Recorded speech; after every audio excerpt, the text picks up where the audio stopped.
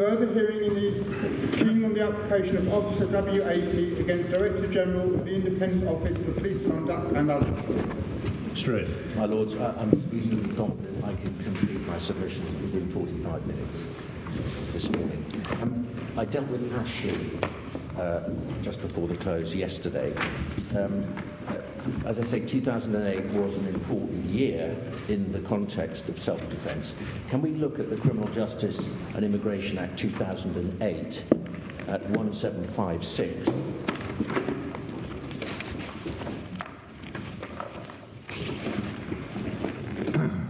I mentioned yesterday that Ashley was handed down on the 23rd of April.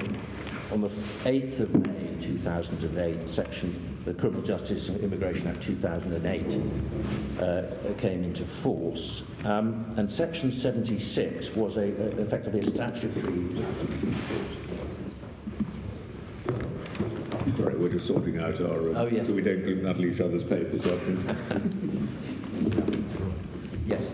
So Section 76 was a statutory, effectively, codification of the common law of self-defence. Mr. Perry reminded me, I asked him to remind me what the context was, and he mentioned that this was the reaction to the Tony Martin case. Mr. Martin was a reclusive gentleman who sort of booby-trapped his house in anticipation of being burgled. The burglar came in and he shot him dead.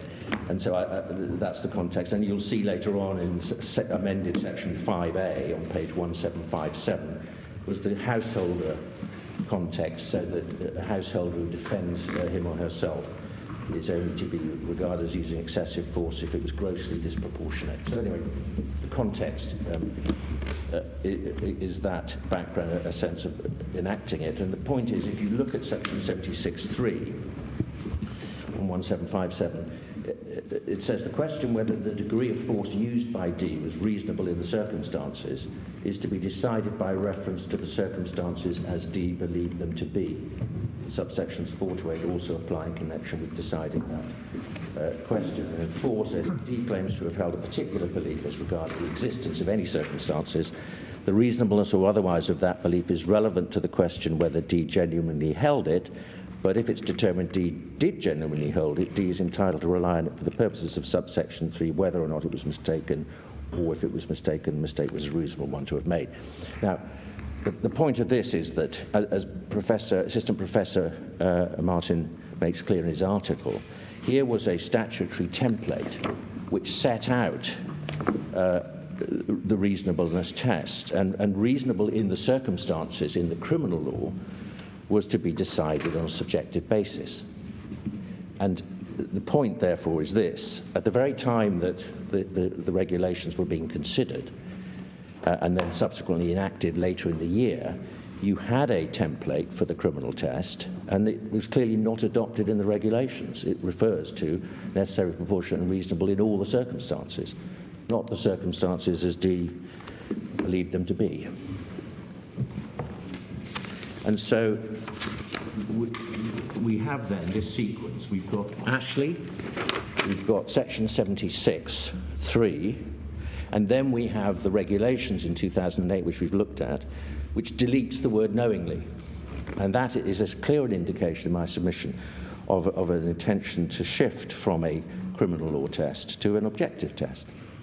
And so to sum up... Can you just remind me the dates again? You're saying there's some relevance in the fact that the 2008 regulations were drawn up after this Act came into force. Yes, it was in the same year. They are being drafted and finalised. And could you just remind me of the date of the 2008 reg? 1st of December 2008. 1st of December. And this legislation was? Is the 8th of May.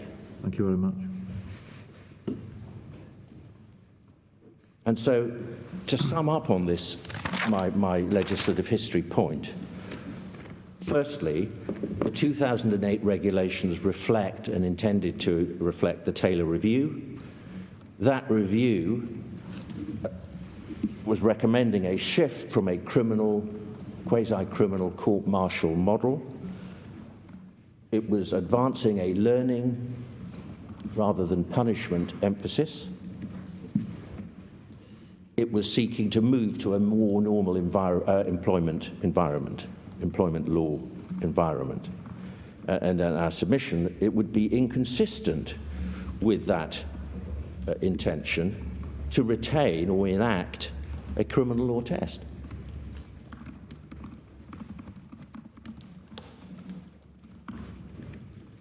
Secondly, as was observed by my Lord, I think Lord Sales in particular yesterday, the language of the use of force regulation or professional standard is entirely objective. There is no hint of an intention to apply a subjective test, and the deletion of knowingly, as I've just said, was consulted upon, and it's a highly significant shift. And it was flagged up. Can I just show you in page 2211? Because the suggestion is it wasn't really being flagged up what was intended. 2211 is the Home Office Guidance 2008. And at paragraph 1.34, we have the paragraph that you read. It's for the officer to justify his or her use of force, but when assessing whether this was necessary, proportionate, reasonable, all of the circumstances should be taken into account, and especially the situation which the police officer faced at the time. Not solely what the police officer honestly believed, but it's a factor, obviously. Police officers use force only if other means are or may be ineffective in achieving the intended result. So it's not as if the guidance was not flagging up, in my submission, an objective test. And the date of publication of the guidance was what? 1st of December 08. As well. Yes, it comes out on the same day as the regulations. I mean, I think it's part of a package with the regulations, isn't Yes, it? yes, I think that's right, my Lord, yes. And then finally, the point I've just been making, you have Ashley in the Criminal Justice Act, the Criminal Justice and Immigration Act. It would have been easy to indicate the retention of what I submit would have been an anachronistic criminal law test, bearing in mind the clarity of the outcomes in Ashley and in the section 76.3, but that wasn't done. And so can I just commend, finally on this point, what Assistant Professor Martin says in his article at 4351.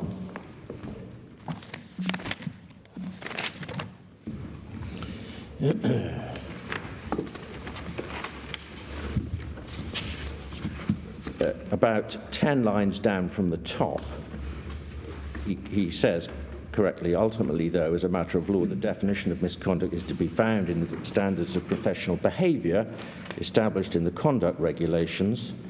And then he says, 5 lines from the bottom of that paragraph, adopting a more orthodox approach to statutory interpretation offers 2 compelling reasons for concluding that the objective standard requiring an officer to have a reasonable basis for a genuine mistake is the proper one, the purposes. And then he sets out, really, the points I've just been making, and at 5 lines from the bottom, he says, the drafting template for excluding unreasonable beliefs in the circumstances from the ambit of police misconduct was readily available in the provisions freshly enacted in the CJIA 2008. The drafters of the regulations did not replicate those express provisions, permitting a wholly subjective belief in the standards of professional behaviour. The inference to be drawn is that this subjective test, fresh in the minds of the drafters, was not to be similarly offered to those seeking to justify use of force in the context of police professional misconduct.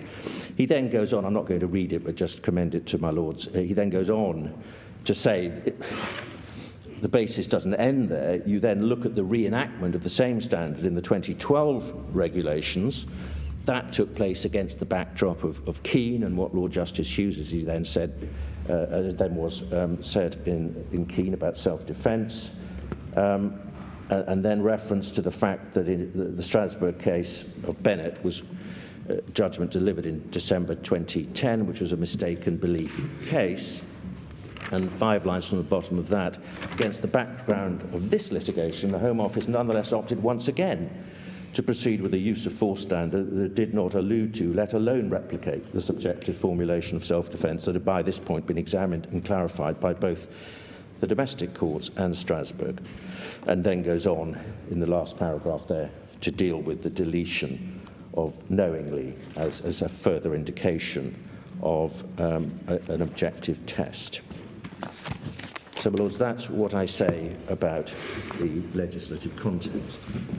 And the remaining points I make I can deal with more briefly. The purposes point is my third one. The threefold purpose is best set out in the College of Policing Guidance on Outcomes. That's 2285. Can we just look at that?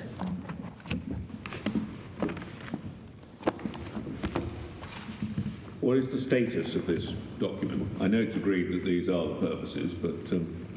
Well, there's also a reference to it in the Home Office Guidance 2020 at paragraph 4.26. So the purposes, I think, as my Lord appreciates, no one's disputing. Home Office Guidance 2020? 2020, yes. But not at the time, not in the guidance we were just looking at just now. Yeah, my Lord, I think my Lord is right.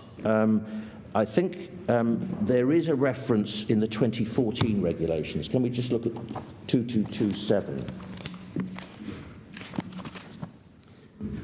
Sorry, my note is wrong. There isn't a reference to the purposes, as far as I've been able to find, in the HOG Guidance 2014, which was in force, or in the 2017 guidance, as I understand it. But then it's... And you just shown us that, I think, the 2008 guidance. Yes. Is that the same? It's not in there. It's not in there. Okay. I'll be corrected if I'm wrong. But, I mean, and therefore I think my Lord's point is, well, is this relevant in terms of a statutory basis for... Well, I'm not... I just want to be clear as what its status is. Yeah, yes. So, as far as I've been able to understand, it appears at page 2336 of the 2020 guidance. Perhaps we could just look at that. So this is the Home Office Guidance 2020. 4.26, there are three overarching purposes for police... Sorry, which page is that? 2336. Oh, thank you. There are three overarching purposes for police disciplinary proceedings: to maintain public confidence in and the reputation of the police service, to uphold high standards in policing and deter misconduct, to protect the public. I was going to take you to the College of Policing because there's a further section which links these purposes with the nature and purpose of professional disciplinary proceedings more generally. Again, this is not, doesn't have, this is guidance issued by the College of Police, as you see on 2284. This guidance has been issued by the College of Policing pursuant to Section 87 of the Police Act 1996. It applies to all police forces. And sorry, and what is the date of this document? This is, it's 2017, I think. You look at 2281, it's 2017. So this would have been available at the time of the decision in this case, to the extent that's relevant. Although presumably as it has a similar status to the Code of Ethics, you don't want to give it too much weight. Exactly. For your case. Yes. But I quite right. But since this is perhaps the one area on which there is agreement that this is an overarching purpose behind the scheme, in my submission, it's... behind the 2008 scheme? No, behind the police misconduct scheme. If you look, for example, at Section 10.2, the concept of a duty to maintain public confidence is imposed on the Director General of the IOPC. Section 10.2? Section 10.2 of the Police Reform Act 2002. And so to the extent, and public confidence is clearly, in our submission, relevant to the question of construing this and whether or not a subjective test is one best likely to advance public confidence. In the end, I accept it's ultimately a question of construing the language of the regulation. I mean, just in conventional interpretation terms, I would have thought perhaps the Taylor report, which came before the 2008 package, Yes. would be a clearer guide as to the mischief. Yes. And I think that does talk about maintaining public Yes, it confidence does. as well. Yes, it does. No, I'm grateful. Yes, that's right. But I think the answer is that these purposes, which appear in the College of Policing document, the outcomes document, and the Home Office guidance, are not set out in any statute. I should show you, yesterday I was mentioning, there's another paragraph from Lord Carswell in the Ashley decision. Sorry, just before we leave this. Yes. So you're saying that those purposes are consistent with the Taylor Review? Yes, they reflect, going back, there's a continuity of purpose, if you like, from the Police Reform Act 2002. Should I just show you that? I'm sorry, before we go away from that. So paragraph 2.4, the college goes on to say these aims derive from the following authorities, and then well-known authority of Bolton and the Law Society. Over the page, Redgrave and the Commissioner of Police for the Metropolis, and Lord Justice Simon Brown, as he then was, dealing with the dental profession. Green, this is the quote from Lord Carswell. I thought it was in Ashley, but it's in the Green case. Green and the Police Complaints Authority was a decision back in 2004. Sorry, you're reading from paragraph? I'm reading from page 2286, paragraph C.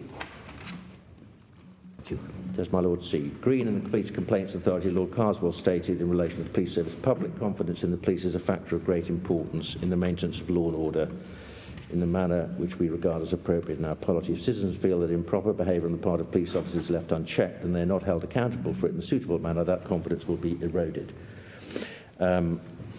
And then the quote from Lord Collins, reaffirming the general purpose of professional disciplinary proceedings to protect the public, to maintain public confidence, and so on.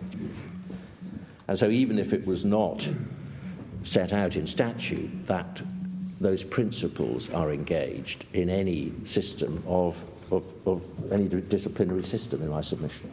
Yeah. I mean, I'm not sure how far one can take this, because of course Green precedes these changes and was at a time when we had the old 1999 regulation. No, it precedes the regulation, doesn't precede the statute. Green is after the Police Reform Act 2002. Right.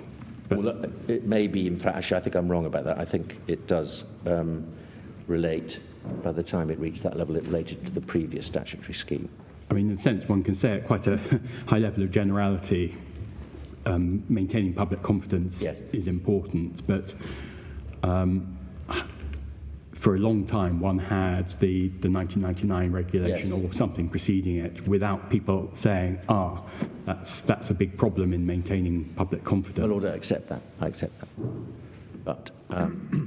But Taylor was clearly identifying defects and concerns about the way the scheme operated, and was seeking via his report to achieve a very different system. And public confidence was at the heart of that. You refer to section 10.2. What's the page reference for that? Yes, section 10.2 is 1380. Thank you. Actually, it's not 10.2, it's 10.1d, 1380.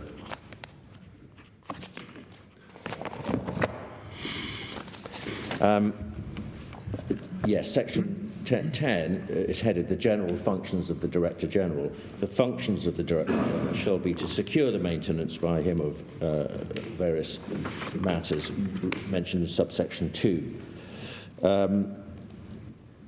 And B, to keep under review all arrangements maintained with respect to those matters, to secure arrangements maintained with respect to those matters comply with the requirements of the following provisions. D, to secure that public confidence is established and maintained in the existence of suitable arrangements with respect to those matters and with the operation of the arrangements that are in fact maintained with respect to those matters. And the Director General is who exactly? Well, my client. Oh, right, okay, sorry. Yes. He is the respondent to this appeal. Yes. And if you look at 10.2, those matters are the handling of complaints made about the conduct of persons serving with the police, the recording of such matters, etc. So there's a statutory duty on the Director General to secure, as best he can, public confidence is established and maintained. Now, I accept, of course, that can't in itself determine the meaning of the regulations. But I'm using the principle of public confidence as one which is woven through and underlies any interpretation or construction of the regulations. I say I don't really need it because the points I've made under the legislative context are very clear in my submission, and they point in only one direction.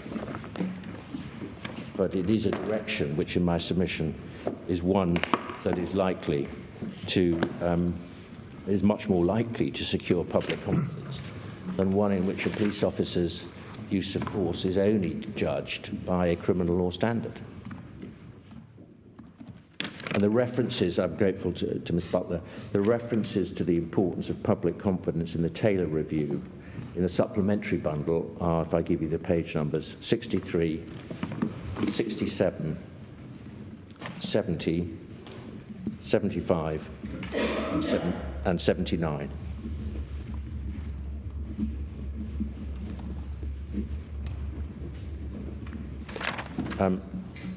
So, Lords, that's the purposes point. The bias point, in a sense, directly links to the purposes point. Our case, we deal with this at paragraphs 95 to 103. That's pages 103 to 106. Ms. Kaufman, for the second respondent, really developed these submissions below, and I know that she's going to cover this in her submission, so I'm not going to do more than refer you to where we deal with this in our case. I've just given you the reference.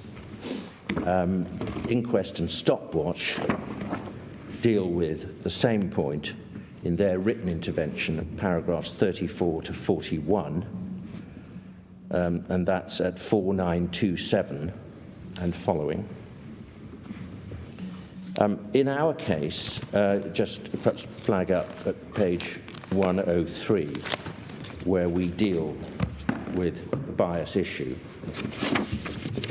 We've said unconscious bias, but it's conscious or unconscious bias. It's effectively linked to this question of the application of a subjective test would inevitably mean that an officer would be entitled to rely on what may be viewed as discriminatory views, consciously or unconsciously held, to support his genuine belief, his honest belief in the necessity to use force. And that would, in our submission, be a deeply undermining concept in terms of public confidence. And we've set out and summarised some statistical data. Of course, as we say, 97 of our case on page 104, the disproportionate use of police powers against a particular ethnic group does not in and of itself mandate the adoption of the civil law test for self-defence being applied to assessments of police use of force. But we say it provides a compelling reason in favour of its application because of the public confidence point. We refer within our submission to data that the IOPC maintains regularly because of the duty to maintain public confidence. There's a department within the IOPC which seeks to measure various views from the population about their attitude to the police and to the misconduct system. And if you just perhaps turn up page 4764.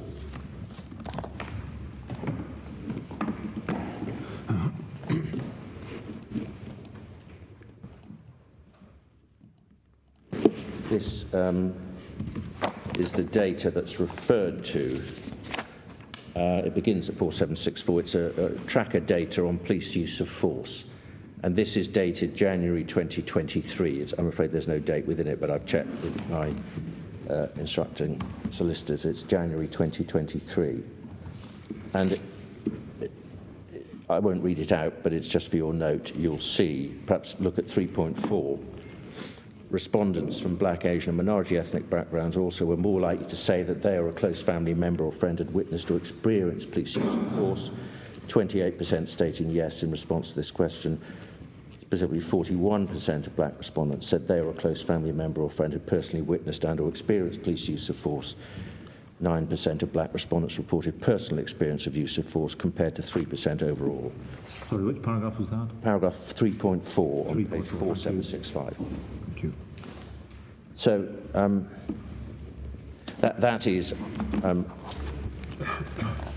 I accept, in one sense, it's of limited utility because we're dealing with what the regulation meant back in 2008. But in my submission, the concern in terms of public confidence of subjective tests on the use of force is an important one in our submission. It supports why the 2008 regulations are to be read, if possible, as imposing an objective test, so the reasonableness of the use of force, in fact, can be considered. The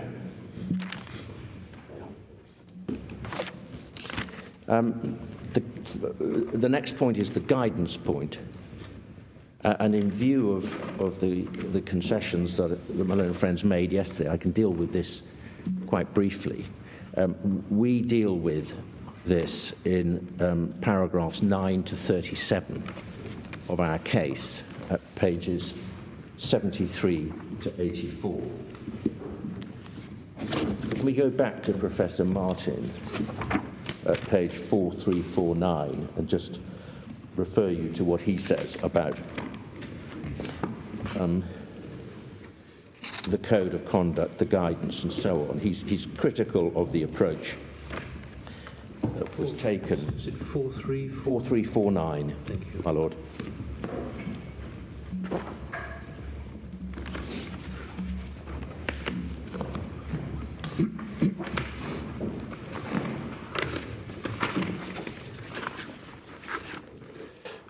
And really, it's the whole passage that begins on that page. The code of conduct is distinct from the code of ethics.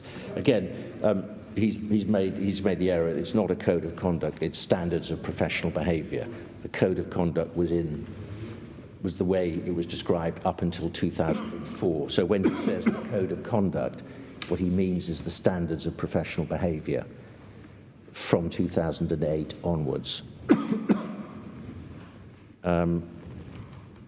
And he's really here criticising reliance on either the guidance or the code as an aid to the construction of the meaning of the regulations. And he says in the second paragraph on that page, for a regulatory regime that ought to offer clear, predictable and authoritative standards, there's an unwelcome degree of complexity and duplication. Well, I think everyone will agree with that. This arises from the coexistence of two separate codes published by distinct bodies and product of independent policy-making processes. On the one hand, the standards of professional behaviour contained in the Code of Conduct, again the same mistake, and accompanying the Home Office guidance, and on the other hand, the Code of Ethics issued by the College of Policing. Code of Ethics, which forms the basis of training and assessments, incorporate parts of the standards of professional behaviour, but also goes beyond it by fleshing out or explaining the standards without providing an authoritative interpretation of them. This is not to doubt the value of foregrounding ethical principles into contemporary policing and regulatory functions. Such principles can indeed perform, but to observe that the legislative basis for doing so and the regulatory format adopted could be both clearer and more transparent. But in any event, Malone and Friends' position ultimately is that neither the guidance nor the code can alter the meaning or change the meaning of the language of the regulations.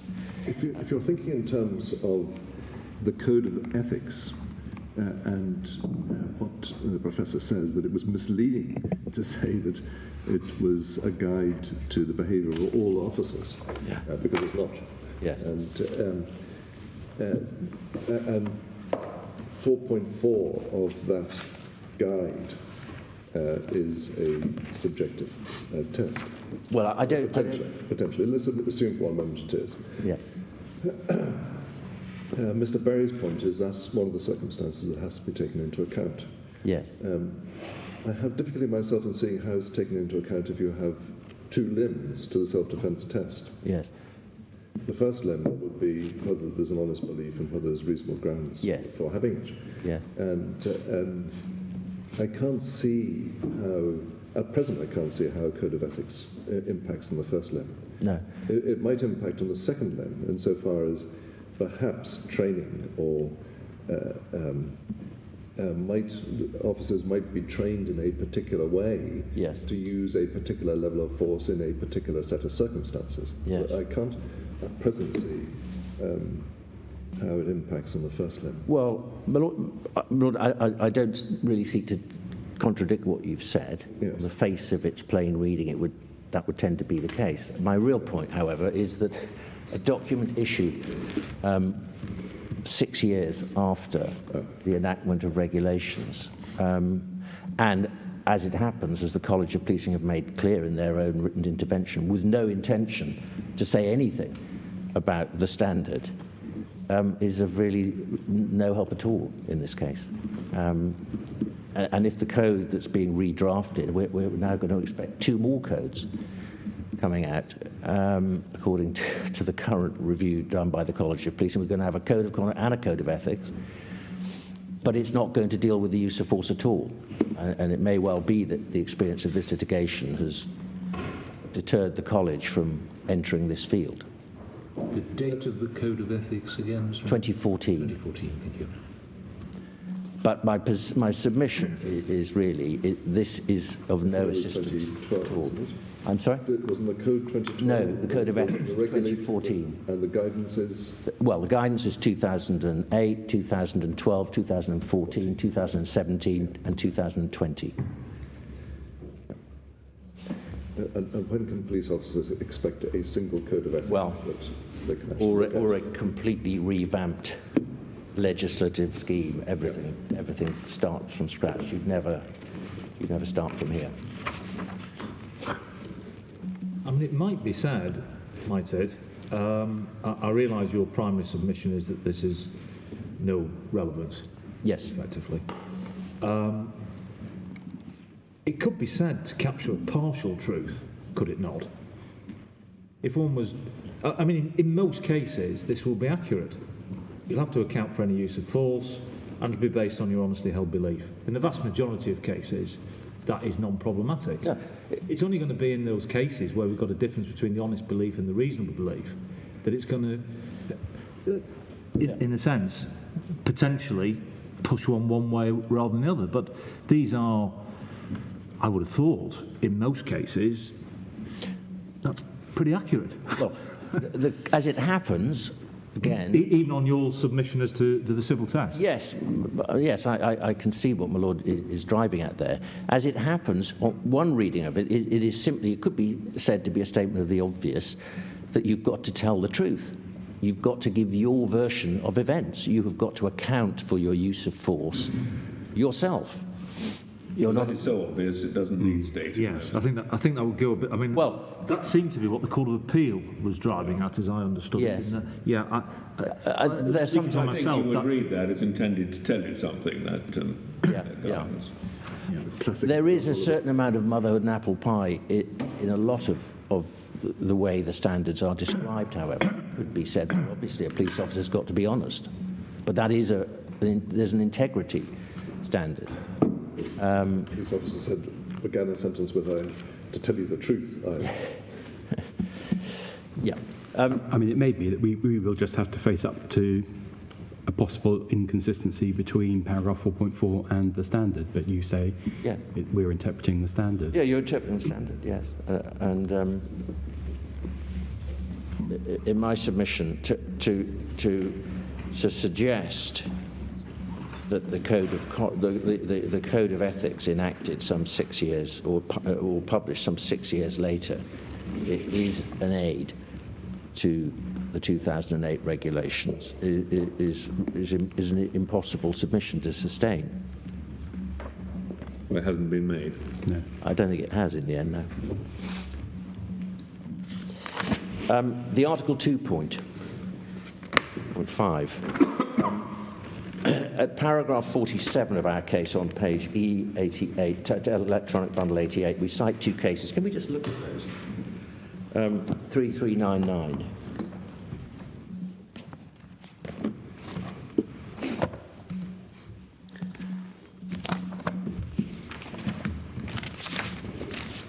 This is it's quite an old case. It's a 1980 decision, admissibility. Summary at the top: a dispute relating to the rights of a police officer to continue to carry out his duties does not involve civil rights and obligations, those duties being of a fundamentally different nature from a liberal profession, reference to the Kinnock case. Examination of the question whether disciplinary proceedings against a police officer involve the determination of a criminal charge, and so on. And the answer is it's neither a civil right or obligation, nor is it a criminal charge. You see at the bottom of 3401, this is an incredibly trivial case about an officer who was alleged to have filled up a spare petrol can with fuel so he could drive home, but it ends up in Strasbourg. And 3401 at the bottom, the Commission now turns to the question whether or not the disciplinary procedure involves the determination of a criminal charge against him. And then it goes through the Engel criteria and says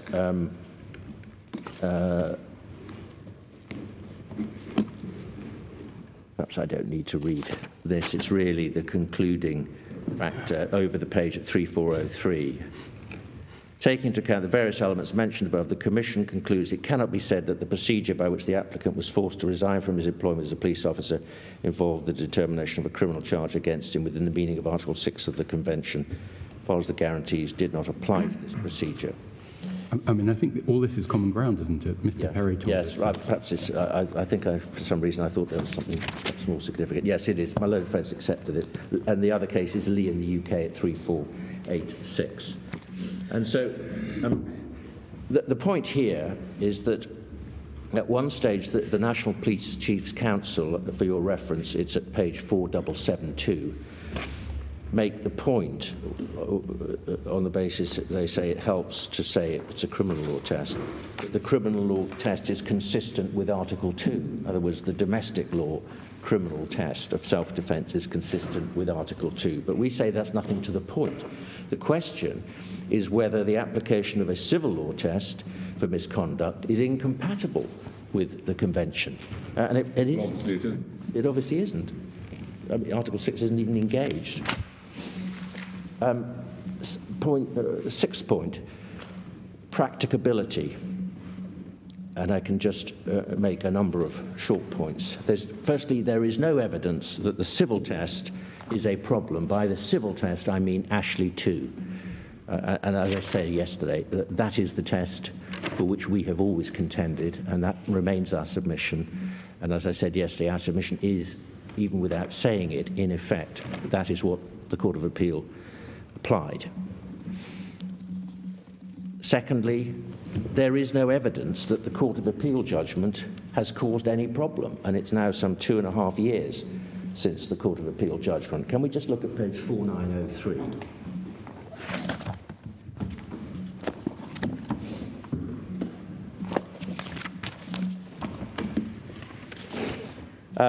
This is the letter sent by Mr. Chesterman and Mr. Guildford, the Chief Constable of Nottingham, to all Chief Constables on the 10th of November 2020, which sets out the Court of Appeal judgment and what it means. I invite you to read it, but it's a very clear and, with respect, very straightforward description of what the judgment means.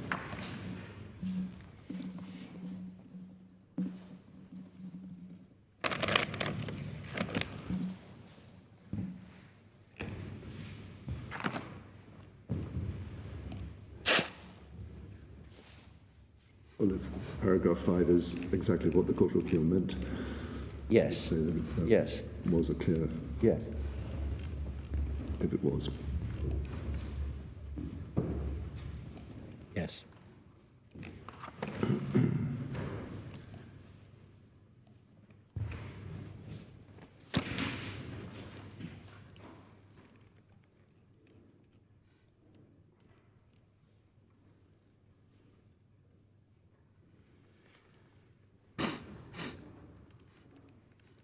I mean, subparagraph 10, he refers to things being done this way in Scotland Yes. for a long time. Yes. I'm not sure that we've looked specifically at what the Scottish regime is. Is there I'm Yeah. not asking you to take up time on it, but if you just had a reference that Yes. would tell us. Can I? The Scottish regulations are in the bundle, and the wording is exactly the same as the England and Wales regulations. But can I come back with a reference as soon as I've given it? So Mr. Chesterman's letter is, with respect, very clear. He didn't seem to have any difficulty in distilling from the Court of Appeal's ruling what it means in practice. On my Lord's point about the Scottish regulations, Mr. Perry yesterday explained that the Beckford line of authority has never been accepted in Scotland. Yes, yes, apparently that's right, yes, in the criminal law, yes. In criminal. Yeah. There is no evidence from the judgments that we've seen, the ones that Mr. Perry referred to yesterday, that are attached to the inquest stopwatch intervention. There's no suggestion of any panel expressing difficulty in understanding the Court of Appeal test. And in fairness, my learned friend didn't really develop this point in oral argument, but it is there in his written case. Well, he doesn't need to point to decisions that have had problems in understanding it to point out that it's quite hard for us to understand what they're saying. Yeah, well, I suppose that's true. Yes. But which is why my submission is, to the extent that the outcome of this case must achieve clarity, and that's a desirable outcome, that I agree, we're all agreed about that. And in my submission, applying the Ashley test will achieve that clarity. But in fact, what Mr. Chesterman has done there, it might be thought, is clearer than the Court of Appeal judgment with respect. Mr. Chesterman's witness statement refers to a chilling effect on officers conducting armed operations or any operation for that matter where force may have to be used. But with respect to him, there's no evidence of that, and there's no evidence from Scotland that the system which has been in place there for decades is creating a difficulty. Whether there is or isn't a chilling effect, what relevance has that got to statutory? No, my lord, but I'm just responding to it. Yes, I agree. And so, and again, the same point about retention and recruitment. Again, it's an assertion, and again, it can't wag the dog.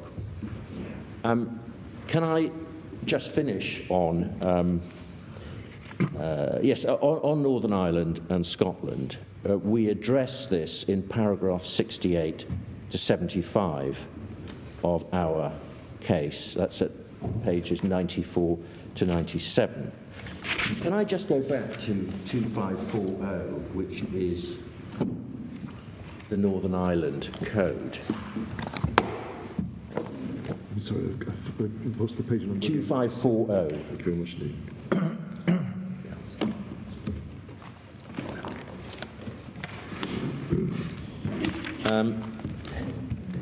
It's just this is the Code of Ethics, which, as Professor Martin observes, is different in structure and clearer because it's incorporated as a schedule to the regulations and explains the sources of law. If we go to Article 4 on page 2543,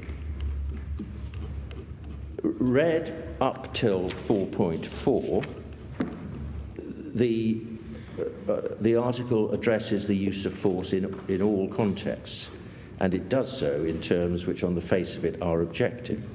There's no express reference to a subjective test. 4.4, as was noted yesterday, is specific to firearms officers. Our best understanding is that this provision first appeared in the 2003 version of the code. As to why it's there, it may well be that it's linked to a number of high-profile cases in Northern Ireland where police officers or army soldiers shot joyriders who were driving through checkpoints. So the Clegg case, he was one of the paratroopers who shot some teenagers who were in a car that they'd stolen. They drove at high speed through a checkpoint, and 19 bullets were shot into the car, and one of Clegg's bullets killed an 18-year-old girl. And there were some other incidents, and it may well be, I don't know, but the inclusion of a specific provision here of the absolute necessity test for the discharge of a firearm was in reaction to the Clegg case, because the murder was in 1990. He was only finally acquitted in, I think, 1998. And so that could be the reason for the inclusion of that additional one. But in my submission, well, firstly, it doesn't matter because the wording of the regulation is clearly different in Northern Ireland from England and Wales. But in any event, we don't accept that that article compels or mandates a subjective test of the use of force. And such inquiries as we've been able to make, we can't find any decisions published in Northern Ireland which indicate that misconduct cases are dealt with on a subjective basis.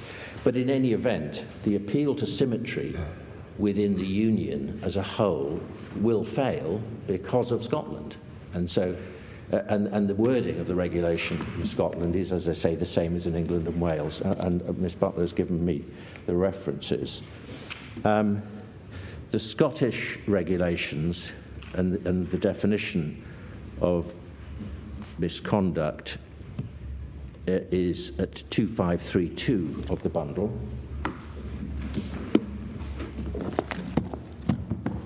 Just look at that.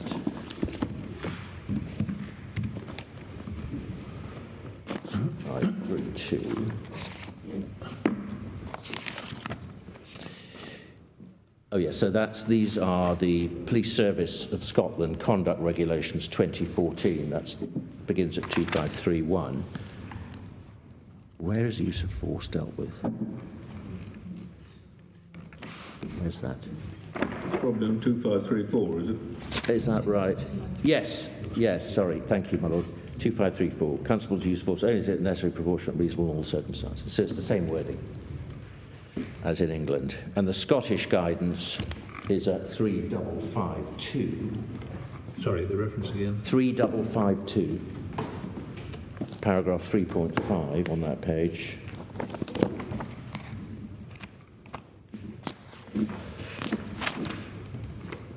Yes, 3552. This is the 2014 guidance.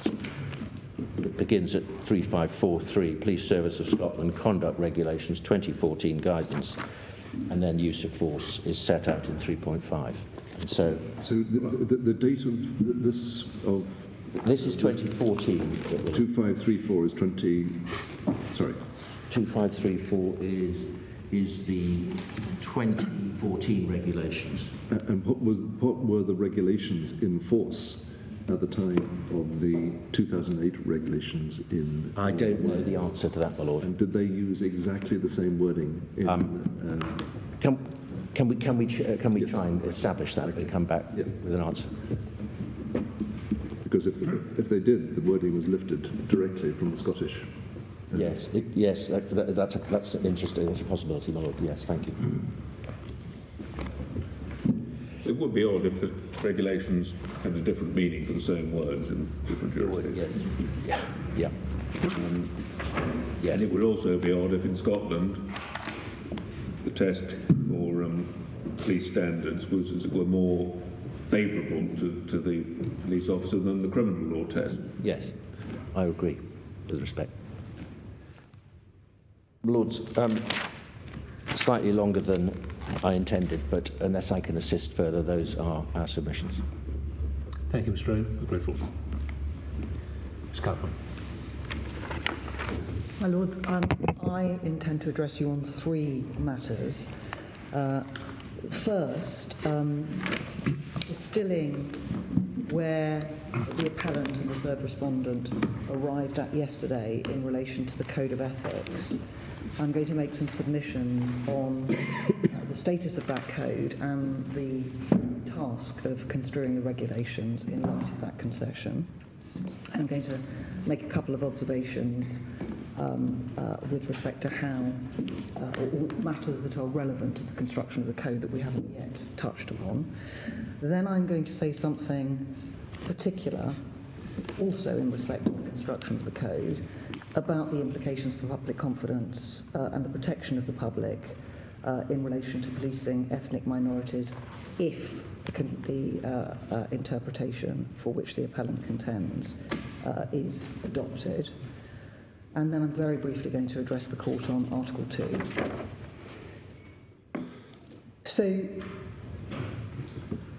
it appears to me, certainly on reading on listening to the appellant yesterday, that there has been a move away from the position that they adopted in the written case, in that there is now a very clear disavowal that the Code of Ethics has any bearing upon the content of the meaning of the regulations. And in our submission, that has very clear implications for the task this court faces of construing the regulations. The court must construe these regulations according to the canons of ordinary statutory construction. Now that that concession has been made, the Code of Ethics is entirely irrelevant to that purpose. In construing, according to the canons of ordinary canons of statutory construction, the court will need to look at the context in which the provisions appear, not only the historical and legislative context, but the context within the regulations themselves. And that's something that I'm going to briefly address the court on. And another vital basis of construing the regulations is to look to their purpose, and it's in relation to that that I shall be looking at the question of race. Is there any other role for the Code of Ethics now that the appellant has reached the position that they have? In our submission, there is absolutely no basis upon which the Code of Ethics, whether one arrives at it through its reference in the Home Office guidance or otherwise, there is simply no basis upon which that should provide any aid to the interpretation of regulations that were, as Mr. Owen has observed, drafted 6 years before the Code of Ethics ever came into existence.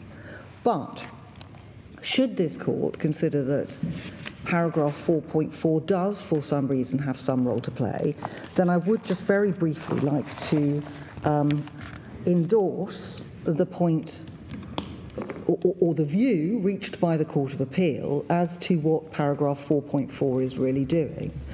I appreciate and I accept that if paragraph 4.4 is doing no more than telling officers that they must provide their honest account as to why they used force based upon their honest belief, I readily accept that it's stating the obvious. But it is nonetheless the case in my submission that that is precisely what 4.4 is telling officers that they must do. And this is clear both from the College of Policing's own understanding of what they were doing when they drafted the Code of Ethics. And your Lordships may or may not have had an opportunity to read the College of Policing's written case, but I would commend that to the court.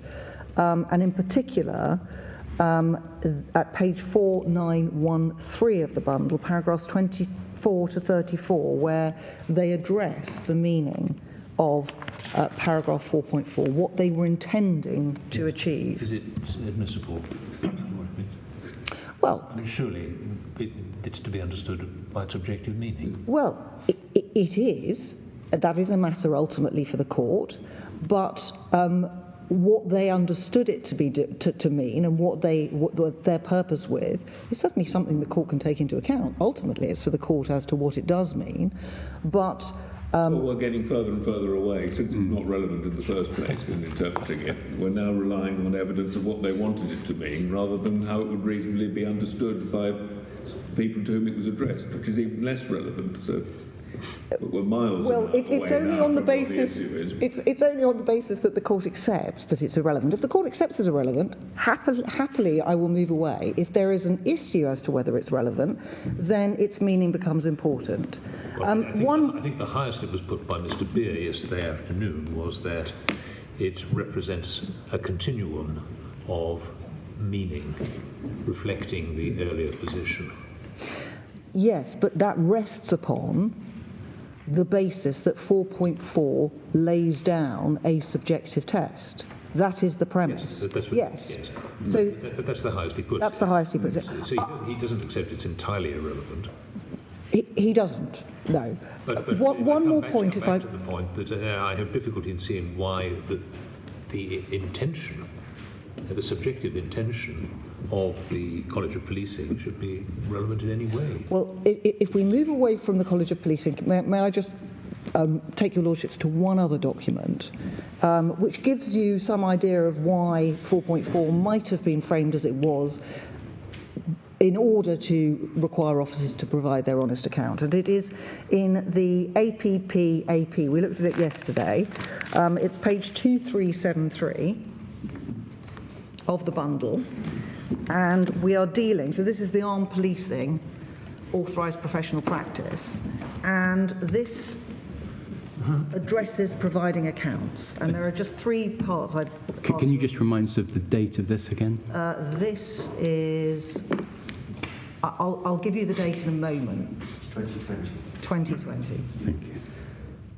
So, following the discharge of a firearm, and this, but this has been, I think this has been replicated. What's the relevance of a document in 2020 to interpreting the Code of Ethics? Yes, I think there have been a number of iterations of this document. This isn't the first iteration. Convenient to find the one that was actually enforceable. Yes. Can I take your lordships to it, and then we can update the court and provide a relevant iteration? But it is in my submission something that it's worthwhile looking at, because it does. Well, if the Code of Ethics has any relevance, it's on the basis of what an ordinary police officer trained on that basis would think they were meant to do, and they're not going to decide that by reading this document. Well, this is a document that they are in their training required to read and to take into account. Right. So, Just tell me what it is again then. I thought it was... providing accounts. Following the discharge of a firearm by the police, there will be a requirement for those involved to provide relevant information in a number of formats. And then at the next paragraph, in order to clarify the purpose and status of the information provided, it may be helpful to consider the provision of information and accounts chronologically as a staged process. And if we move down, stage 3, subject to legal and medical advice, key police witnesses should provide a personal initial account of the incident before going off duty. The purpose of the personal initial account is to record the witness's role, what they believe to be the essential facts, and should, where relevant, outline the honestly held belief that resulted in their own use of force.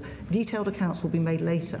And then, so far as possible, personal initial accounts should include, and if we move to the bottom bullet point, if the officer used force, their honestly held belief that resulted in their use of force.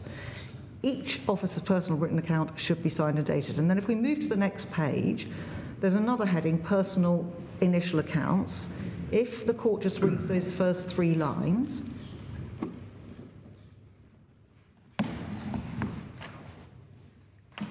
and having read those first 3 lines, if you can move to page 2375 and the heading integrity. The Code of Ethics states that accountability, honesty, integrity and openness are key policing principles. Paragraph 4.4 states you will have to account for any use of force, in other words, justify it based on your honestly held belief at the time that you had to use, that you used force. So there it demonstrates that this is an aspect of integrity. It's about an officer honestly accounting for their actions. That's a 2020 interpretation of a 2014 code. It is, but we will look to provide the court with earlier iterations. Can I then come back? Oh, I'm sorry. It was accessed in June of 2020. It was first published on the 23rd of October of 2015. Is that 2015? 2013. 2013. And then last modified in July 2015. So Last modified in July 2015.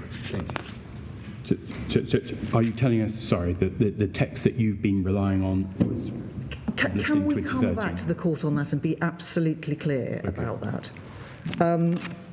Because I wouldn't want to mislead the court. My appreciation is that it is, as it has been in those previous iterations, but I don't want to swear to that.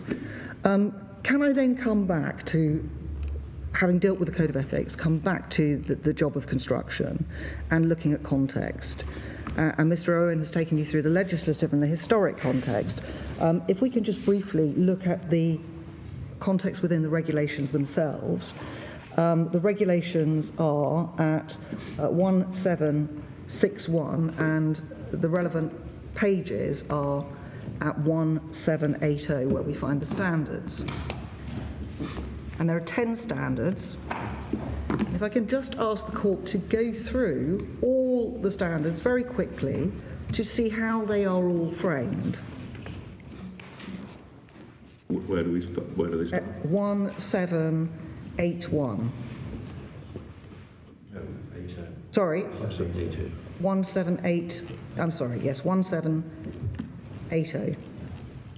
The drafting's rather curious because they're all drafted as statements of fact rather than normative statements, which is a bit peculiar. That is true, but they're all drafted very much as objective statements of fact. So this is the standard to which you should comport.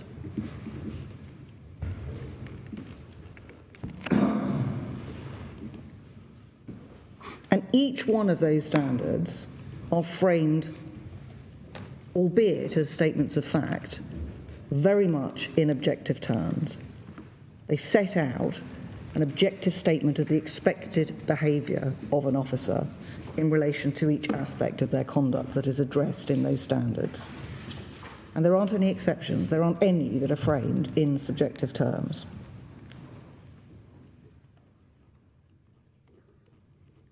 When one looks at the use of force standard in that context, there is nothing in that standard itself that indicates that it is an exception to this consistent approach and that it itself is framed subjectively.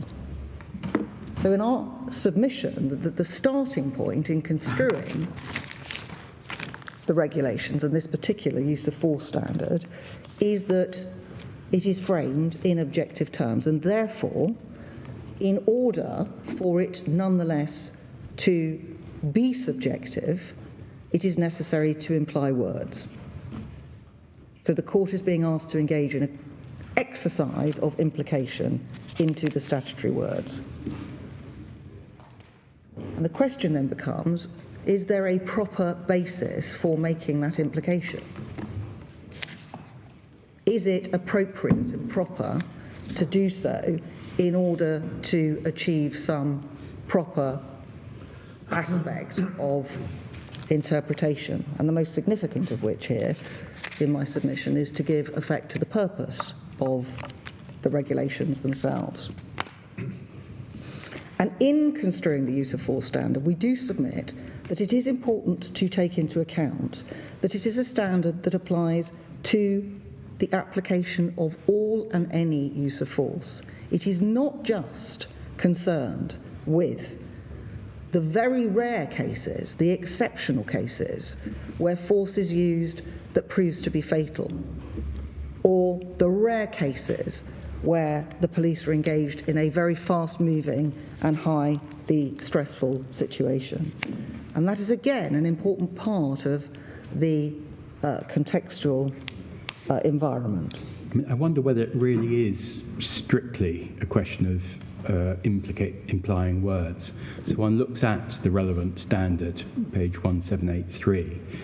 It's that police officers only use force to the extent it is necessary, proportionate and reasonable in all the circumstances. So isn't actually the interpretive task for us to decide what the words "in all the circumstances" mean? In my submission, for in all the circumstances to be subjective, you would have to read in the words as the officer believed them to be.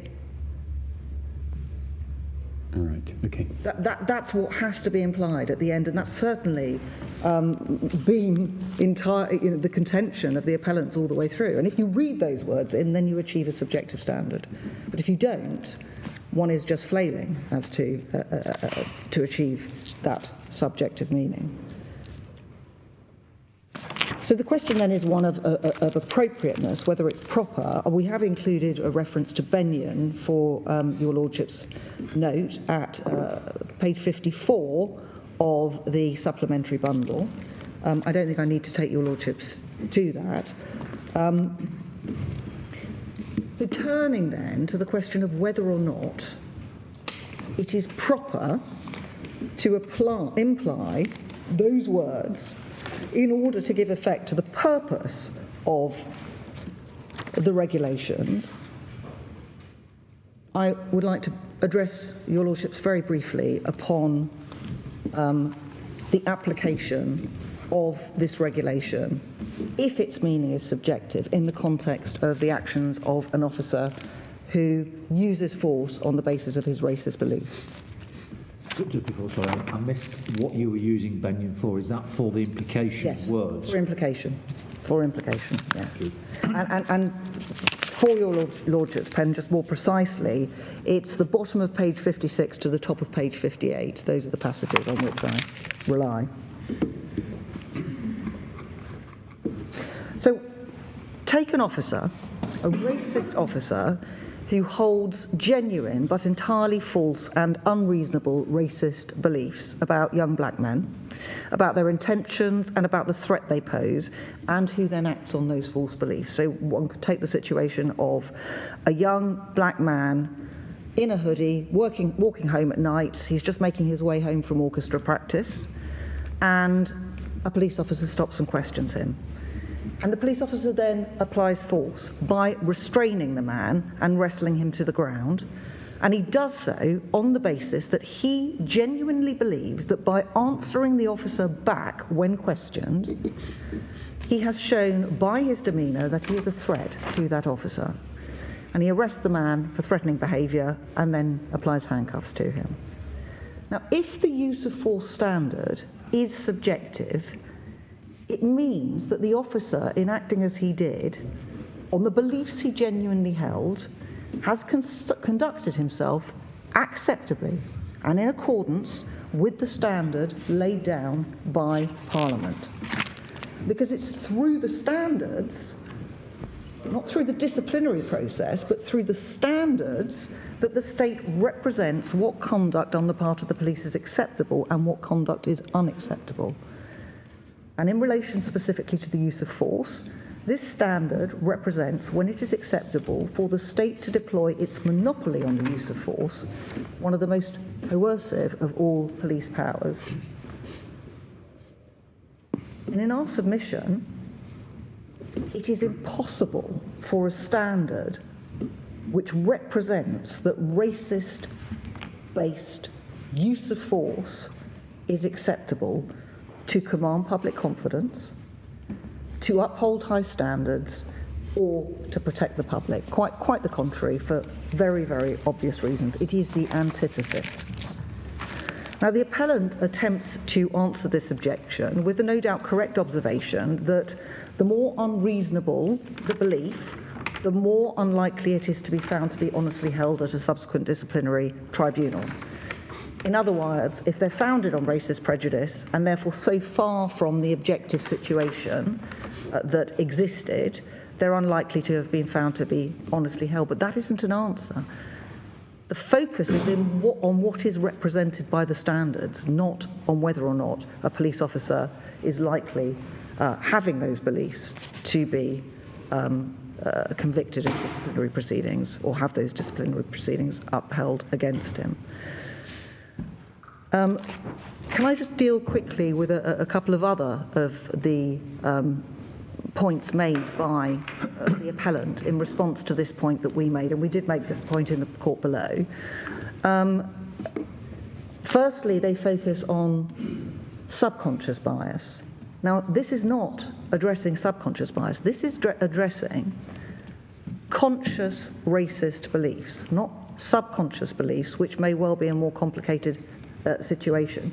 But for the police or the state to represent that it is okay for officers to act on their overtly racist beliefs is what is deeply objectionable and contrary to and fundamentally undermining of the purpose of the legislation.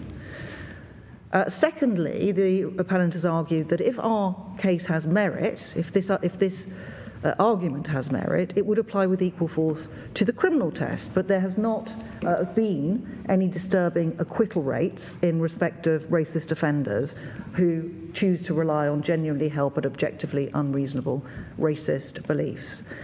And that may well be right, because they probably don't realise that if they actually sought to defend themselves on that basis, it would lead to their acquittal.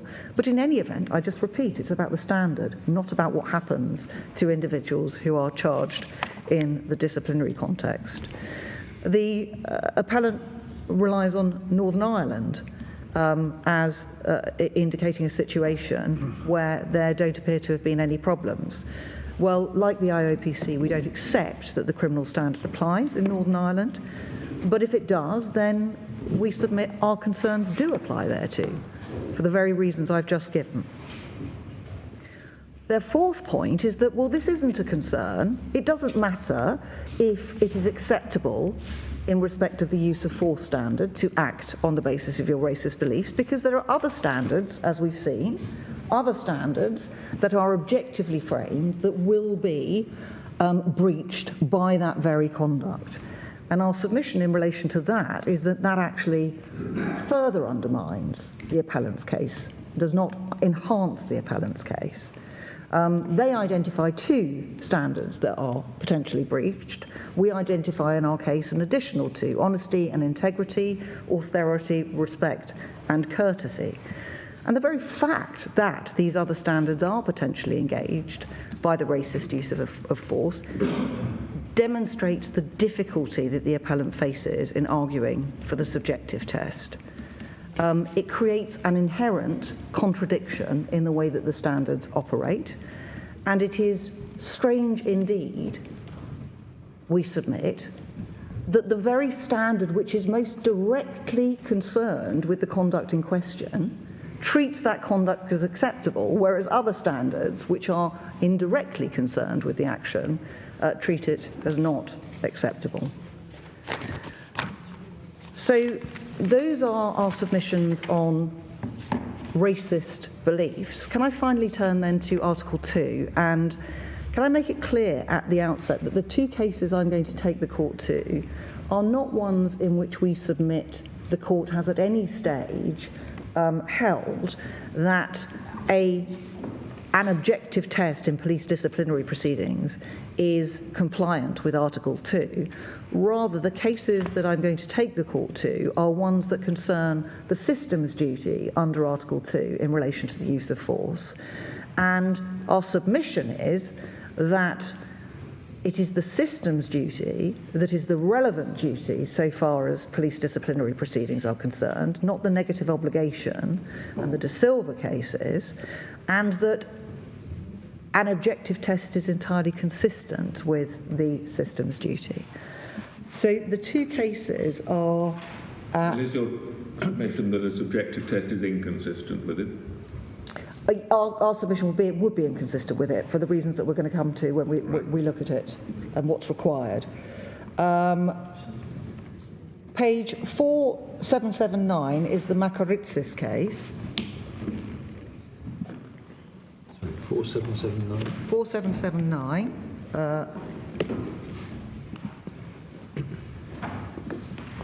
No, it's not. I'm sorry, if your court can bear with me for 2 seconds.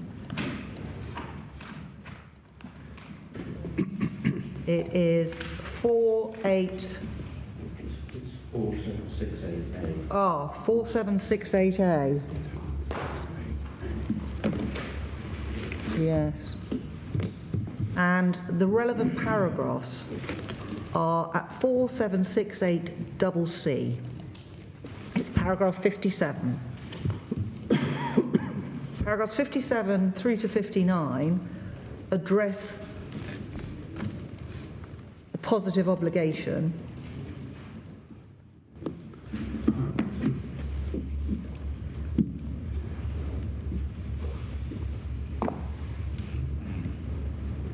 in respect of the use of force.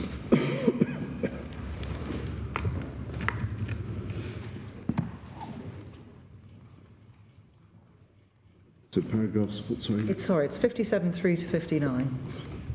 And what's the proposition that you extract? So 59 at the bottom, it's the positive obligation that is found to inhere in Article 2 in the bottom of paragraph 59. In the latter connection, police officers should not be left in a vacuum when performing their duties, whether in the context of a prepared operation or a spontaneous chase of a person perceived to be dangerous.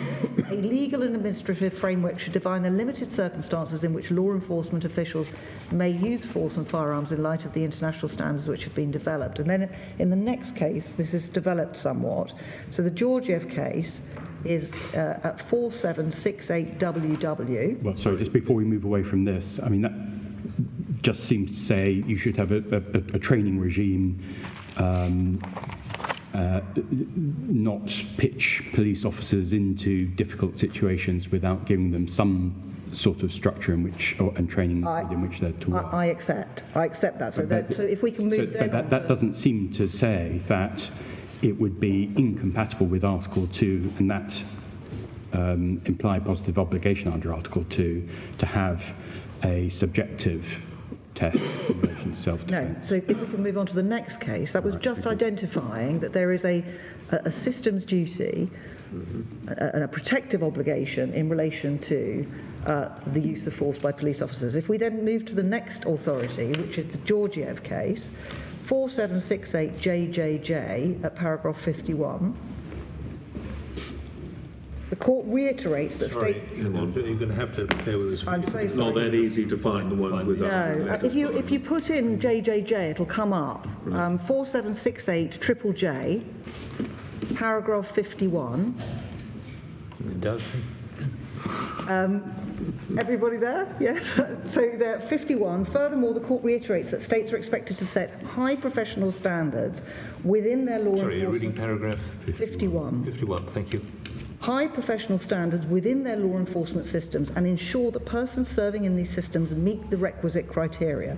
In particular, when equipping police forces with firearms, not only must the necessary technical training be given, but the selection of agents allowed to carry such firearms must also be subject to particular scrutiny. Now, I accept it doesn't address their professional discipline, but the very fact that it is focusing on a need to impose high professional standards is consistent with a disciplinary regime which operates on the basis of such standards in order to ensure that those who are carrying firearms or using force are doing so in a way that maintains those standards.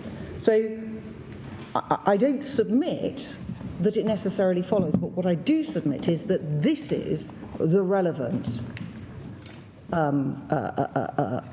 legal obligation under Article 2 that governs the disciplinary regime, not the negative obligation, and that it is certainly consistent, entirely consistent with this regime, that it should impose objective standards in order to maintain high professional standards. Well, that's true, but you flagged up earlier you're going to be submitting that the subjective test was inconsistent with the regime. Well, it's a bit of a stretch to get that out of this paragraph. Well, in my submission, maintaining high professional standards that allow police officers to discharge, to use force in circumstances where they are motivated by racist beliefs is inconsistent.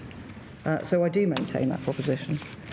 There are many contracting states that have armed police forces, and indeed some police forces in the United Kingdom are all armed.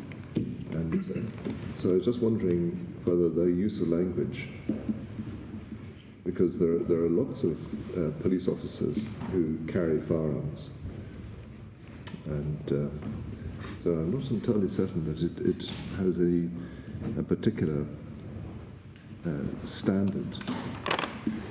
I'm not entirely certain how you apply that standard across the entirety of a police force.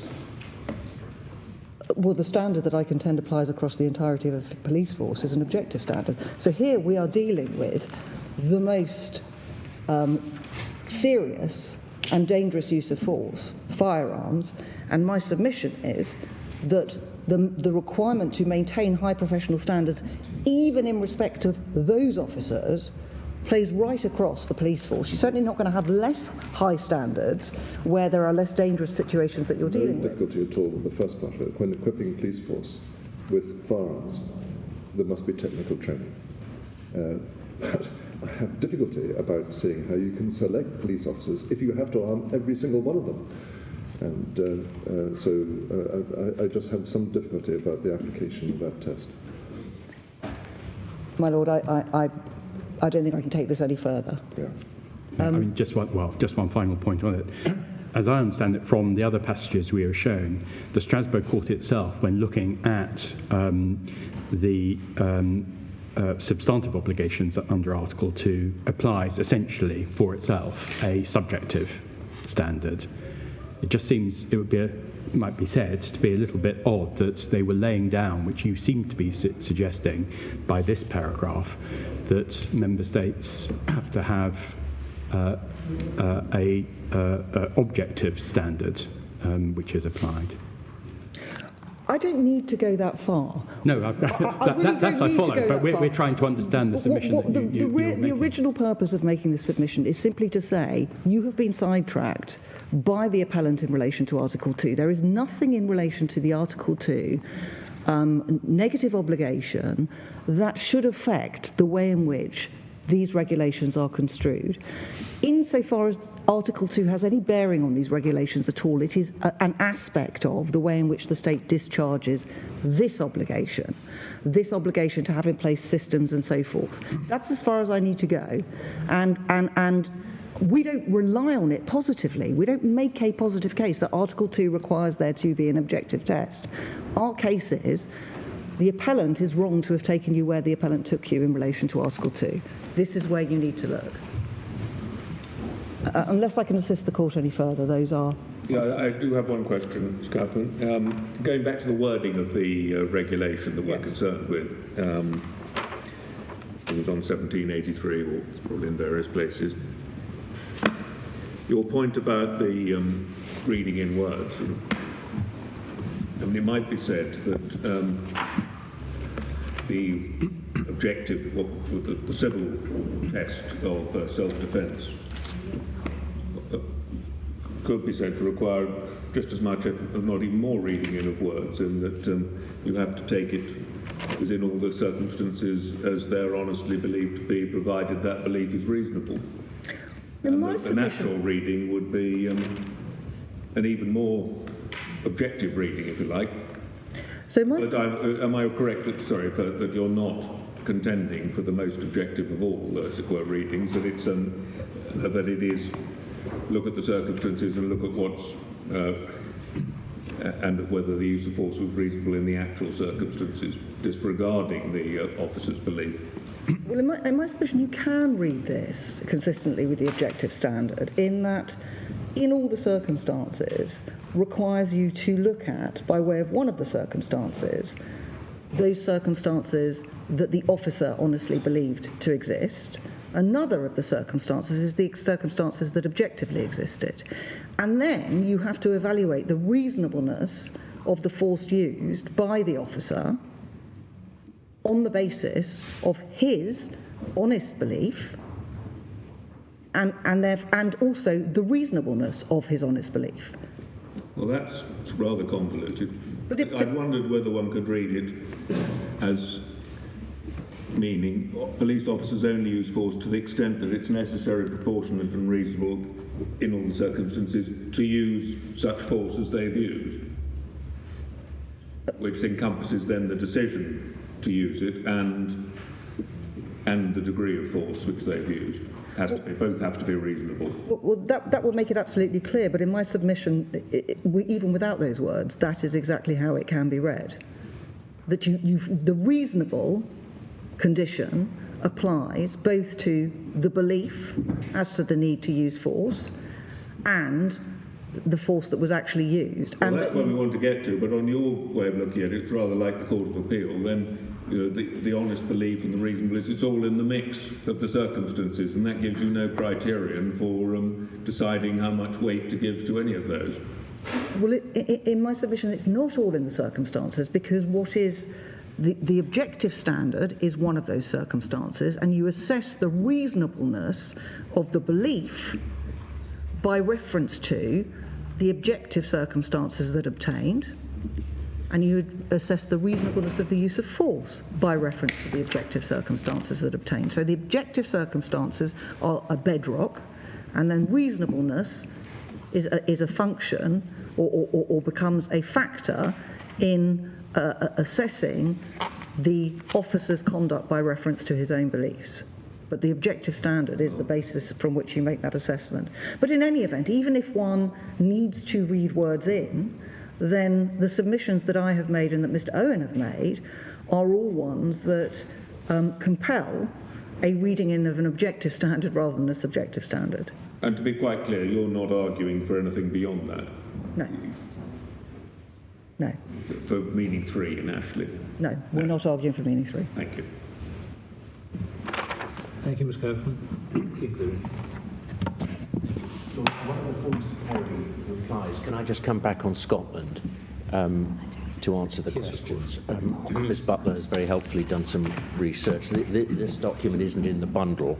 What you have in the bundle, as I said, is page 2354, which are the Scottish conduct regulations. 2534. That's the schedule to the Police Service of Scotland Conduct Regulations 2014, and that contains the use of force wording, or the standard, which is identical to the England and Wales version. And what Ms. Butler has dug up, which we can provide to the court, is a policy note to the 2014 regulations. And what it says is that the Police Service of Scotland Conduct Regulations 2014 modernised the process for managing misconduct by constables in Scotland and replaced the procedures under the 2013 regulations.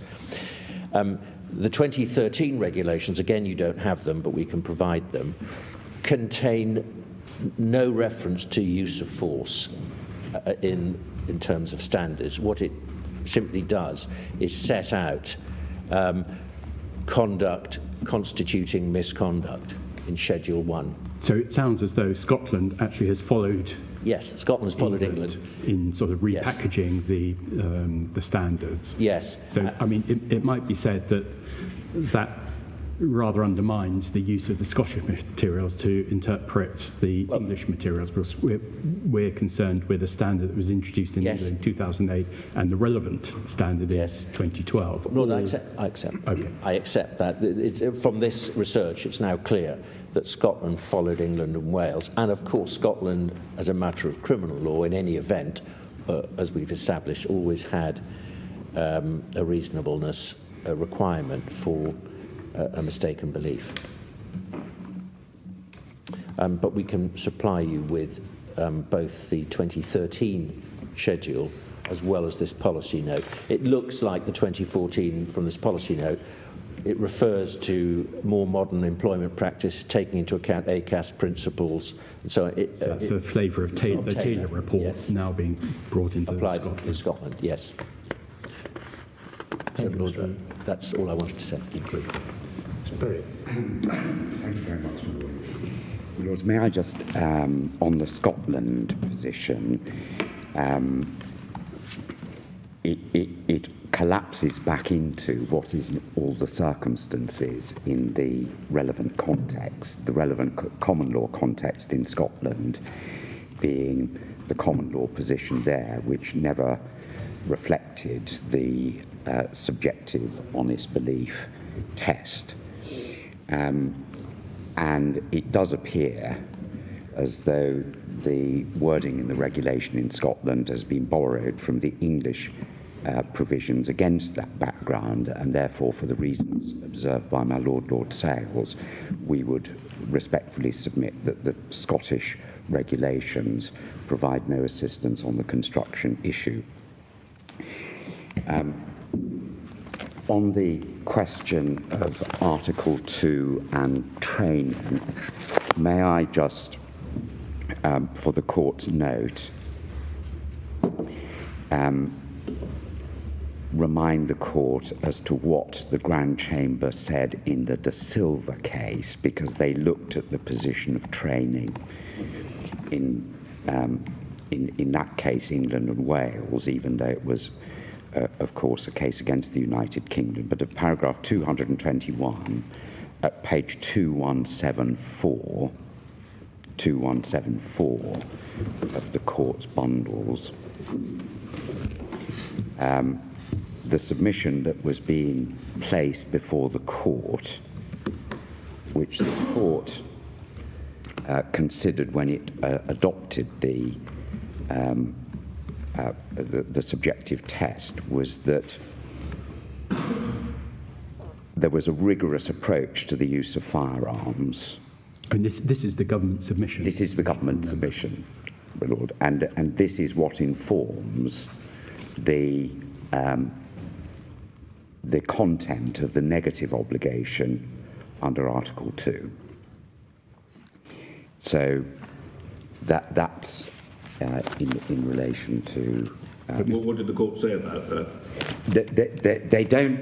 They didn't address it. They don't address it, my Lord. What they do is say that it in 244 to 248 is where they effectively give the police officers a margin of discretion against the background of not imposing the unrealistic burden, to use the consistent language of the court. That's the consistent language. But as I understand your submissions, you are not contending that there is anything incompatible with Article 2. No. If we dismiss the appeal and interpret. No, I'm not submitting that at all, my Lord. And the Article 2 background is, as Professor Richard Martin addresses it, it's part of the position when we're looking at how policing operates, how standards are mandated, and it happens to be the case that for the purposes of Article 2, the subjective test is accepted for good reason to be the appropriate test. But I mean, And then, that's just an additional normative regime that Yes, a police accept officer may be subject to. So we already know they're subject to the criminal law. Well, that has its own Yes. set of rules. We know they're subject to a disciplinary regime. That's what's under debate here. As public authorities, they also, under the Human Rights Act, be subject to the regime under Article 2. Yes. And the civil law. And the civil Yes. law. So the consequences and indeed the substantive conditions leading to those consequences may be different in each case. I fully accept that, my Lord. And in relation to the key issue about the construction point and Sorry, just before you go there, I missed the reference where you were talking about margin of appreciation in the De Silva case. Did you give us a paragraph number? I wasn't talking about the margin of appreciation, my Lord, as in the formal sense. I was thinking about the margin of discretion that the court has afforded to police officers by not being willing to second guess operational decision making. And which paragraph did you give us? It's 244 to 248, which is 2180 to 2181. That's where they talk about the unrealistic burden, and in the McCann case, it was about not wanting to second guess, and in the Andronicou case, which is a footnote reference at footnote 82, that was the one where they weren't willing to, the court was not willing to put itself in the shoes of the police officer. They're now able to decide the good reasons is a subjective requirement, apparently. Yes, and that's why. Not how one would read it, I must say. But well, that's not how. One of the contexts here, Your Lordship is absolutely right, because one of the sensitivities in 2008 was which way the Strasbourg court would go.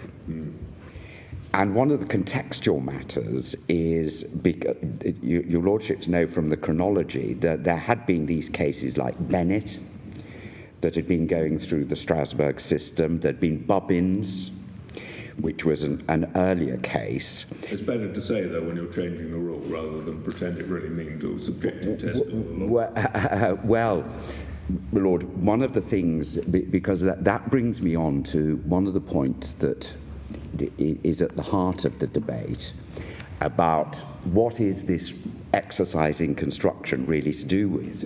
And I would respectfully submit it's not to do with the implication of any words. It's actually construing in all the circumstances. Those are the key words that fall to be construed.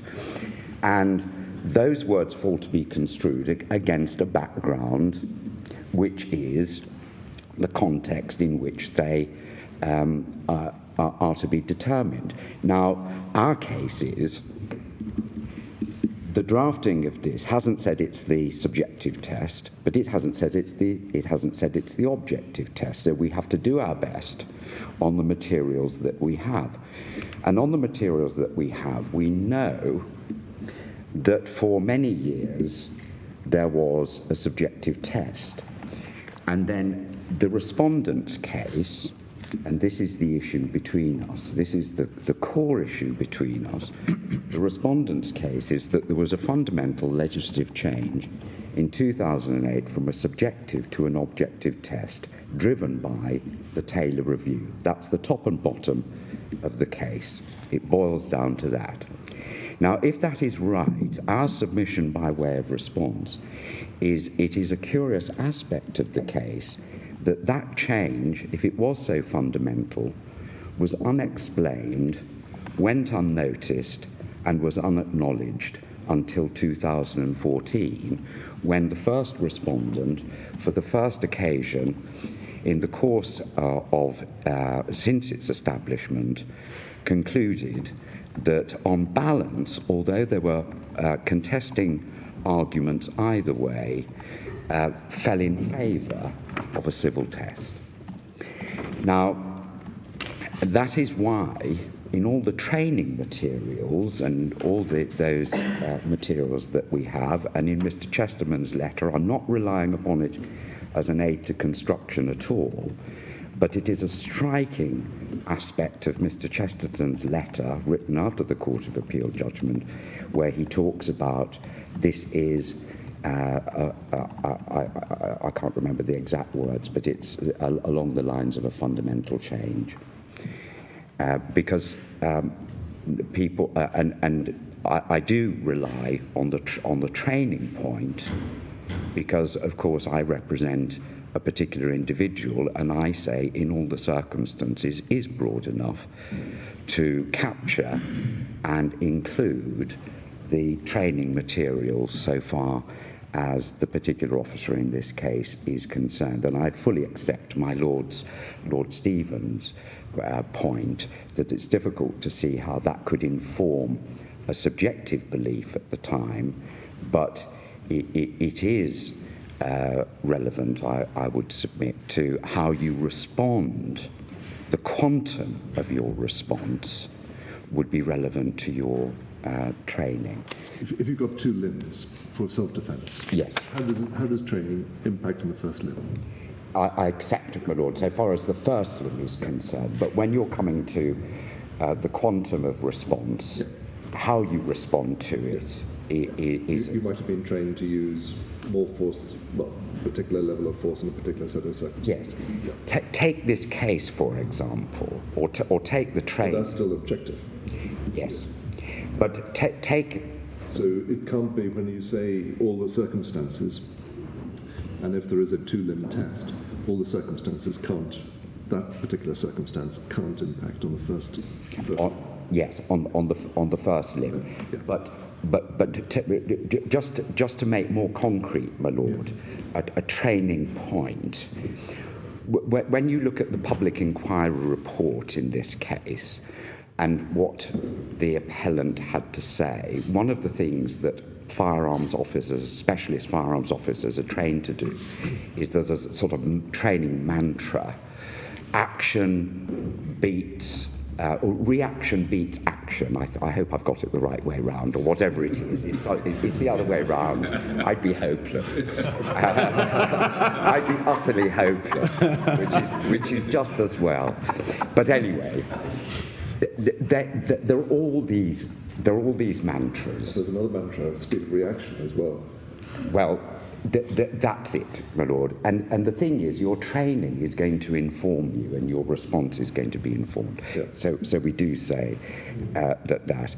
But how does that help us with the interpretation exercise? Well, because one might say, well, what you've said are valid points which would go to mitigation in any event. Well, my lord, my point is that... As you say, misconduct or gross misconduct. Yes.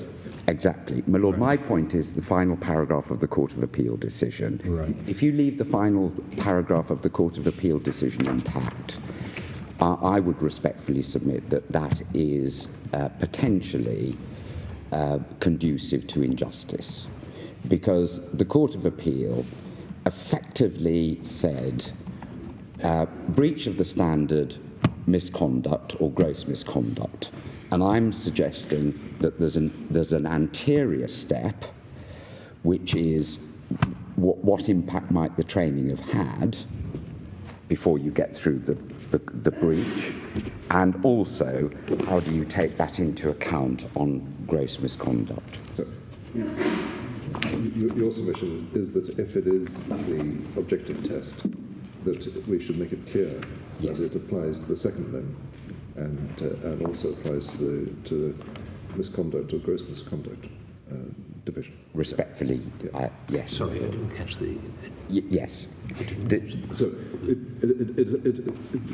the training applies to the second limb of self-defense and also applies to the distinction between misconduct and gross misconduct. Yes, exactly.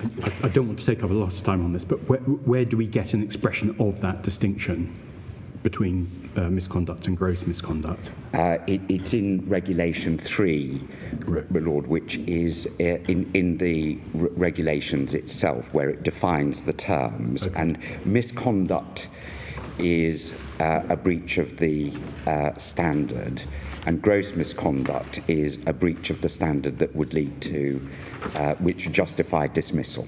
I see. 1402 and 1403. Thank you very much. This was elided, we would respectfully submit, by the Court of Appeal's decision that went straight from breach to mitigation, assuming that the Court of Appeal used mitigation in its ordinary sense of reducing your culpability. We would submit that there's a liability question before you get to culpability. in relation to the submission that it is an objective test on the basis of the objective circumstances, I know that my learned friend for the second respondent was careful enough to say that she was not contending for Ashley 3. Yep. I do want to sort of just highlight a point in relation to Ashley and objective circumstances, because I would invite your lordships, if you are going to adopt an objective test, to make clear that for an individual officer acting on, for example, faulty intelligence would not necessarily be an unreasonable mistake. In other words, well, unless the officer has some reason to doubt the intelligence, then that's the basis they should be conducting themselves on. Exactly. So it's not, and it's not necessarily all the facts known to the officer, because, or an objective sense of the facts, because that's getting very close to the fact that the attack has to be imminent. And so I suppose all I'm inviting your lordships to do would be to do what the Court of Appeal did not do, which is to give some clearer direction to those who have to operate in what your lordships have come to appreciate is an extremely complicated regulatory regime. I think that was one of the 2 points that you said Ashley had left open, the other being the imminence of the threat. Yes. Is there anything you'd ask us in relation to that aspect to be particularly commenting on? I would invite your lordships to say that if it is an objective test, it's an objective test that is in all the circumstances, to use the language of these regulations, and to the extent that Ashley suggested, A, you may not be able to rely on faulty intelligence, that doesn't apply in this context, and B, to the extent that Ashley left open that an attack had in fact to be imminent, that doesn't apply in this context, because that you might make a reasonable mistake about that. And also that all the circumstances does on an objective test does not necessarily mean all the circumstances known to the or unknown to the officer. So in other words, you're taking in his understanding is an important component of the assessment. Right. On the wording, do you get any assistance, at least to your construction being an available one, from the Criminal Law Act, Section 3? Well, how has that been interpreted? I was trying to look at that last night, but that has a somewhat similar wording in that it says a person may use such force as is reasonable in all the circumstances in the prevention of crime. Well, and has that been understood to be a criminal test? Or? Well, my Lord, may I say that we have struggled with this question, and I think the answer goes back to the... That's comforting, because I struggled with it yesterday. Well, I can't tell you how much more comforting it is for me to know that you struggled with it. But anyway, what I think the answer is, my Lord, is this. And it's the exchange that we were having yesterday to do with mens rea. And so my view would be that Section 3, because it's a legal cloak of protection in law enforcement, can only mean one thing, because it can't be different depending upon which sort of proceedings, and I think that must be an objective test. Because it operates, it gives you an excuse, and it's a civil, it's a protection against civil actions. So it's a kind of overlay on top of the rest of the criminal law in that area. Yes, but there are two other points to make in relation to this. The first is, in 1967, there was no subjective, honestly held belief test, so unless it's an ever-speaking statute which changes its meaning within the criminal law, that would be a rather difficult submission for me to make. Yeah. But there is an even more fundamental doctrinal problem with trying to link in my argument with Section 3, and the doctrinal problem is the mens rea debate, because Section 3 doesn't operate as a defence to crime in the way that the cases analyse it. Section 3 operates outside the criminal context as a pillar of protection to cloak you with legality if you're preventing crime. Now, self-defence will be almost invariably preventing crime. So in criminal courts, there's never any distinct analysis. You don't get people looking at it. So, my Lord, what I would submit, I don't think anyone's looked at this or I'm sure someone has looked at it somewhere, but it hasn't been the subject of that sort of judicial consideration. How does it fit in? No, there seemed to be one or two cases, but I couldn't really get much reasoning out of them. No. Your client was preventing crime at the time. Yes, but my Lord, what I would, my client believed he was preventing crime, my Lord, and that engages the self-defence mechanism, and then he was also affecting a lawful arrest. Yes. Of a suspected offender. So. Yes, and the question is how these things coexist. But that's why I was submitting yesterday, or I mentioned yesterday, that a purer way of looking at self-defence is as a justification. Because if you look at it as a justification, the analytical difficulties evaporate. For example, on Section 3, if it were a justification. But then, of course, what you get, this is why the academic materials in this case, this is why the subjective criminal belief test is criticised in the academic literature, is because it dilutes the pure justification and turns it into an excuse.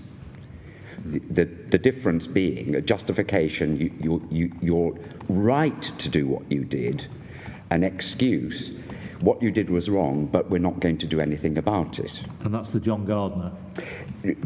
Partly John Gardner, my Lord, but also John Rogers criticises it on that basis as well, and Professor Gardner as well, the late Professor Gardner. Anyway, but, my Lord, I think in answering your Lordship's questions, I ought to just say that these brief points. First, public confidence. There's no evidence of any undermining of public confidence in the period leading up to the Taylor Review. And see also Lord Justice Flo, paragraph 70 of the High Court at page 288 to 289. And we respectfully submit that given the language of the standard, all the circumstances is certainly broader than the Court of Appeal suggested, and we would invite your Lordships, whatever the ultimate conclusion, to provide clarity in relation to the scheme, and in the particular case of this particular officer, take into account the complexity and difficulties of the literature. We also will provide your Lordships with a note in relation to the Scotland position, because it looks as though in 2008, as we understand it, there was no use of force standard in Scotland at all. It came in later, but perhaps we can make sure that your Lordships have the definitive position by way of a note. unless I can assist your lordships further, those are our submissions. Just one small point, very small indeed, and that is you told us the 1999 regulations were subjective, and you gave us a page reference 2391. But I haven't got the page reference. It should. I have it for the 1999 ones, but I haven't got it for the 2004. I'm sorry, my lord. The 2004 ones are actually in the new bundle, because the original ones were and they're actually page 52 to 53. The supplementary. Of the supplementary bundle. They were the ones in the original bundle were the Minister of Defence Police ones, but 52 to 53, my lord. I hope. While we're on page references, I gave Lord Sales the wrong page number for the misconduct gross Yes. misconduct. 1762 and 1763 is the definition in the police conduct regulations. Thank you very much. Thank you. Mr. Perry, thank you. Mr. Rowan. The court will take time to consider its judgment in this important matter. We are very grateful to all counsel in the case for their assistance, and also very grateful to those who have not addressed us but who have been sitting behind or alongside the counsel who have addressed us. A great deal of hard work has gone into the preparation of this case, for which we are very grateful. Thank you.